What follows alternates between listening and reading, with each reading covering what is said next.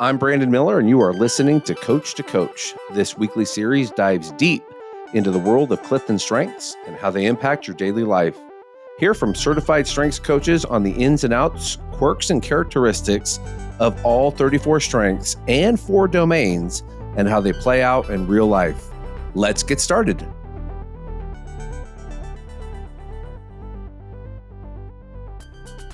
Hello, welcome back. Season 2 of The Strengths Whisperer, Coach to Coach. I'm here today with Kasie Heiden, and we are talking about context. Now, before we dive in, you have to hear about this. Applications to the arena. This is one of the coolest offerings I have heard about from one of my guests, so we're going to kick it right off, giving you some context, and what we're going to dive into her strength of context will come in a moment. But first, welcome, and let's hear all about applications to the arena. Yeah, of course. So first of all, the arena is one of the few offerings that you just can't get into. You have to apply to make sure that you're qualified. And the reason for that is that it is specifically designed for high achieving entrepreneurs with teams who have big goals for the full year. We will be working with your team. We will be working with you to really integrate strength-based strategies as well as some other strategies so that way you can accelerate your progress towards the goal, which is why I want to make sure that this is a good fit for you, for your goals, for your entire team. Kasie, where can they find the application? That's a great question. So you can reach out to me on LinkedIn. It's Kasie Heiden, Kasie. Heiden is Heiden. Instagram at Kasie.Heiden or at my email, which is Kasie@HeidenCoaching.com. Just let me know that you're interested in the arena. And a little bit of context too, the reason it's called the arena, a lot of people think of an arena as like there are a lot of people involved and there's, fans in a stadium. But if you go back in history, a gladiator is the individual in the arena. And that is why this is specifically designed for CEOs. I love it. And as a CEO, I can tell you, I think there's tremendous value to what you're describing. And since many of our listeners are strengths-based enthusiasts, coaches, practitioners, why them? Why would some of them want to dive into this with you? Yeah, that's a great question. So a lot of the times what we find in the coaching world is that people really enjoy the event of a strengths workshop. And then they lose that progress. They lose that traction that they gained because it becomes an event and not a journey. Don Clifton believed that you had an infinite amount of growth if you just invested in one of your strengths, and having somebody alongside you on that journey for a full year is one of the surest ways that I have seen that you can get to your goal. I love that. And as someone who has invested heavily in coaching, executive coaching, several forms, Kasie couldn't be more correct. So Kasie, we're here to talk today about the strength of context. And as we prep before today's session in thinking about this strength, which is very rare. So this is one of those that is a perennial bottom 5, meaning of all of the folks who've taken CliftonStrengths in the world, this one shows up as one of the rarest 5 strengths, and you have it in your top 5. And so today you're taking us on the tour of the strength of context. So high level, can you tell us about your strength of context? Yeah, absolutely. So first of all, context is really about understanding the current day and the future by looking at the past. Sometimes people can get a little bit focused on it just being about looking at the past, just reminiscing. And when we think about how you use context for performance towards a goal, it's really about how we got there. I really like to equate it to when you're watching a movie and the director gives you just a little bit of a blip, right? Whether it's a flashback or maybe there's a moment somebody dropped something important that you know is going to come back around. Maybe it's a word selection that they had. With context, that is just magnified. So then when it actually comes to fruition, when we get to present day, there's the connection of, oh, this was that moment that was pivotal in how we got from point A to point B. And that's where a lot of people of context can shine when they understand how to explain that to the people around them.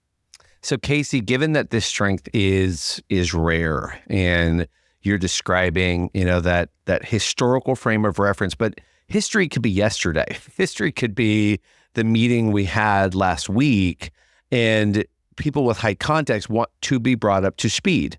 Give me the story, the backstory. Help me to understand where we've been so I can better be prepared to help us decide where we're going. And so given that, if you were guiding us along a day in the life of context, so you're a business person, you're taking us into the arena, you brought us back to gladiatorial times, you have a full life outside of work, day in the life of context, what's it like? Yeah, that's a really great question. And, a classic context answer is it really depends. It depends on what's important for that next step. Sometimes for context, it's really understanding the full origin story from beginning to end, because there may be pieces in there that are important for us to recognize.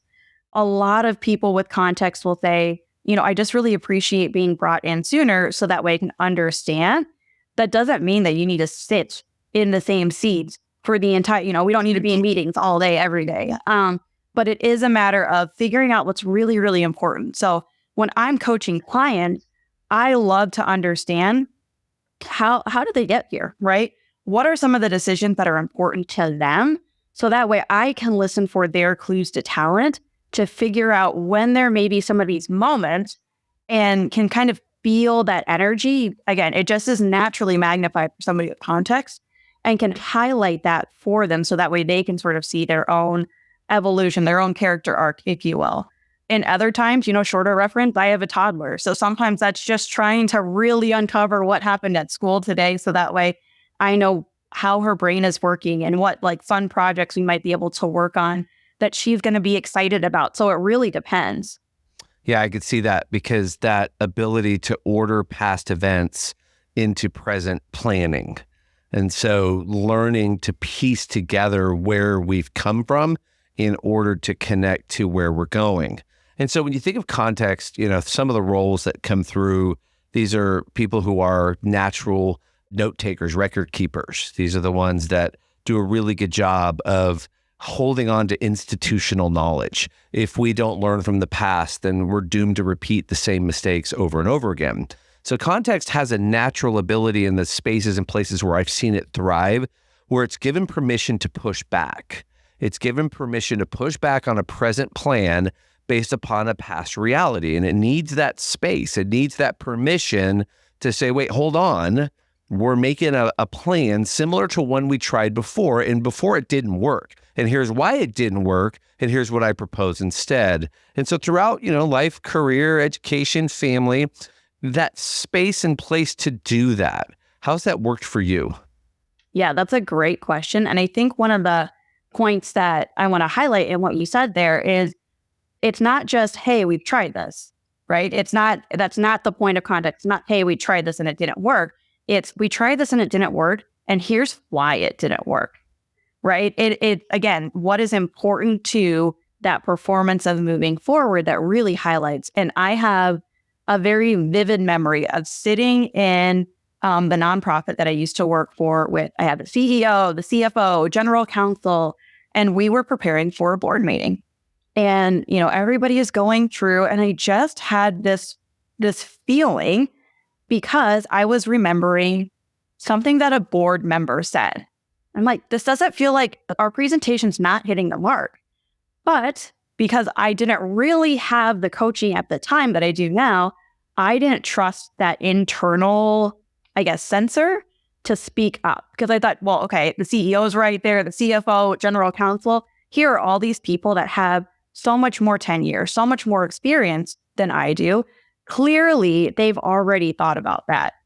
And then fast forward to the board meeting, and that statement is then repeated by that same board member as the reason why this thing isn't going to work, because we had not addressed that concern. And so when you really, like you said, have somebody who has context, it's giving them just the space and the invitation to offer their insight based off of what they've heard, based off of what they know, you be more successful. That's good. If we don't give you space to do that, so because this is a rare strength, And if we don't give you space to do that, so context doesn't have wind in the room, it doesn't have the opportunity to do what it does best, what can happen? What have you seen occur in your life and career when we didn't make sure we were learning from the past? Yeah, I think the shortest answer there is that it takes much longer to get where we want to go. It is sort of like Groundhog's Day, where, I have a client who they always joke around and they're like, it's like you've seen this film before. And it's true. Somebody with context can really feel like it's something that they've seen before because that moment, that pivotal moment is, again, magnified for them. And so when we don't give space for context, what happens is there's not a way to address the things that are very obvious to them in order to move forward. So something that is predictable, something that has happened before, something that maybe we should have learned from before is going to repeat itself. That's, I think, probably the biggest hangup. And a lot of times when people just see context and they don't know it for what it is, they will assume that people are just stuck in the past. They are unwilling to change, but that's not the case. It is we've done this, we've been hung up by it before. So let's have a really important conversation about that to make sure that enough has changed and the right things have changed. So that way we can move forward together.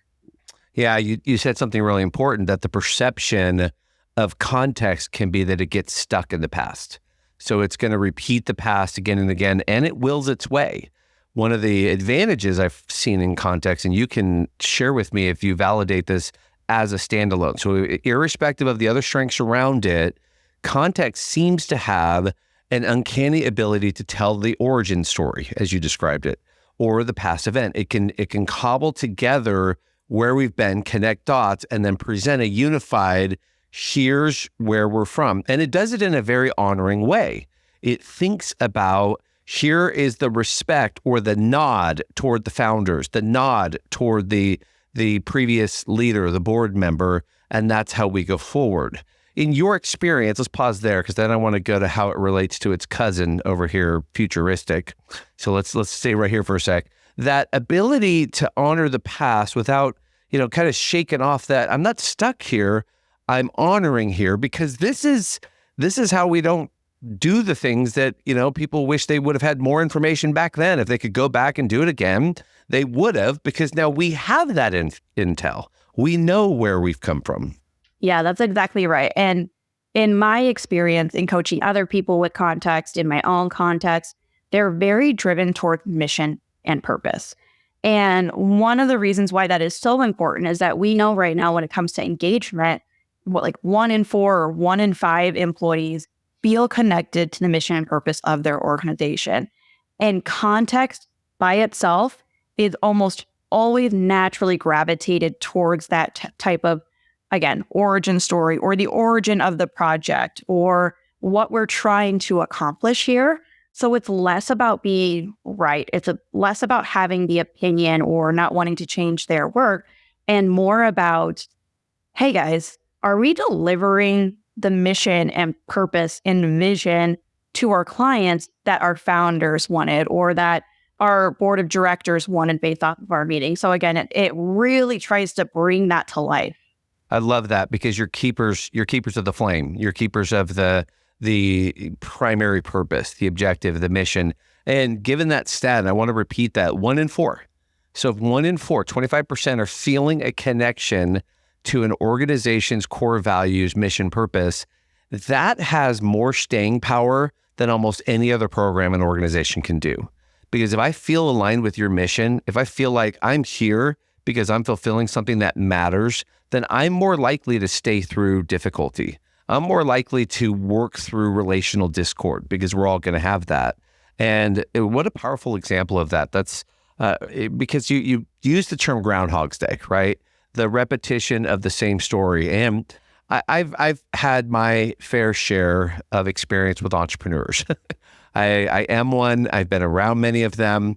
And it is fascinating how many will repeat the same plan again and again, trying to get a different result, trying to get a different outcome. And it's that, okay, but you're still the common variable here. You are still in the story. And as long as you're in the story and these conditions stay the same, you are by nature inclined toward repeating processes. We all are. So I want to connect back to your arena, because something you're going to do, it sounds like, is going to shake that. Something you're going to do is going to help loose that. What is it that you're going to do, if you don't mind spilling a little bit of your tea on? What is that going to be like for some? Like, okay, now we know your origin story. Now we know your process, your pattern. So here's how we're going to leverage this knowledge to move us forward. Yeah, that's a great question. And here's one of the things that's really important for people to know. Your brain does not know the difference between something real and something imagined. And so when we can sit there and pick out the pieces that are real, we can start to rearrange the furniture in your head in order to create the environment so that way you can reach bigger and better goals. So I'm going to say that again. Your brain does not know the difference between something that's real or imagined. This is the exact reason why we can daydream about, dangerous situations or things that are never going to happen in order to prepare your body to react to those situations. That's how we're built to survive. So when we can use that human nature to rearrange our brain a little bit, we can take advantage and make sure that the right pieces are building up to not only the current day, but the future story that you want. I love that. So using our past to rewire, to reconnect synapses around where we want to be and start to tell the story of where we're going instead of where we come from. What a powerful use of context. So, Kasie, I want to ask about the connection that someone with high context can have with someone with high futuristic. So you have naturally someone who tends toward past and naturally someone who tends toward where are we going, what's happening. And I've watched this work well. I've seen it play well, but I've also seen it not play well. I've also seen it not work well because it almost felt like the tension became the issue, not the collaboration. So in your experience, context with its partner, Futuristic, how has that worked well for you in your experience? Yeah, that's a great question. And I think it really depends on the rest of the environment that we've created. In a situation where there's a very zero-sum culture, that's where you start to see context and Futuristic run away from each other. It's almost like, I'm probably dating myself here, but does anybody remember like post-prom when it's like they had two people tied to each other and then you run in opposite directions and one person gets like bungeed back? That's sort of what context and Futuristic can be when it's in a zero-sum environment. When you can create... I want to see the image of what you just said. I actually think we need to attach a clip of what you just said. Okay. For the youths out there. No, just kidding. But in a way, in an environment where creativity and input is really, really valued, this is where you can almost see, instead of context and Futuristic running away from each other, they start to almost create like a staircase. It's almost a cycle of, okay, what's our mission and purpose? Where do we want to go? What's our mission and purpose? Where do we want to go? And one of my best colleagues was a chief of staff who had Futuristic number 2. And we could create a strategic plan like nobody's business, because we could sit there and use that vision and purpose and what has happened, what has changed, what hasn't changed. And then she could sort of daydream. And again, when you have that daydream of, okay, let me paint this visualization, let me paint this future that is so clear, and she has such conviction that we can get there, somebody with context can sit there and say, okay, in order to get this place on the map, right, in order to get to the top of the mountain, we need to strap up and pack our packing gear, as opposed to, hey, we're just going to get in the car and drive to wherever we want to go. I love that. Because context is so rare, often what I have seen is it's a lone voice in the space. It's lone. And Futuristic is much more common. A lot more of those folks walking around. And so when you have been or watched this happen, where context almost has to create its own dimension, right? It's got to help bring some understanding, and we have the benefit of the terms. So we have the benefit of the CliftonStrengths 34 theme language, and so we can know, hey, Kasie is our resident context, and so there are times where Kasie's going to speak up, and she's going to bring us back to origin. She's going to harken back to things that we need to listen to and give in that space. But sometimes that isn't available. It isn't understood. So context finds itself, as you described, that board situation where, what do I do with this? I have this feeling to my gut. It's like, I know I should say something. It's like, it's rattling around here. It won't let go. So give me some space here to understand, because I think you're going to help people with context out a lot. And I think you're going to help many of us who don't have high context know, how does context advocate for self, and how do other strengths make space for it? Yeah, it's a great question. I think the best thing that somebody with context can learn is the value of understanding what it is somebody else really, really wants, because they will be naturally gifted to be able to put that conversation in terms of that lens. So for example, I have a CEO client, and he was working with a finance team that was really, really struggling with a new model that he believed was going to change their organization, a new pricing model. When he was able to ask, well, why are these things important to you? Why are these variables important to you over here? He was able to put his vision, his purpose, his idea into terms that helped address how it affects their work, right? How it affects their work, how it affects the health of the business, the variables that they truly care about. And that, I think, one, it's great for anybody, but I think for somebody with context, that is a lesser theme, a lesser popular theme. Being able to put that language there is just going to help you move the needle in those conversations quicker and really take that friction and create some traction. The other thing for people in the room who, you might not always have your report available,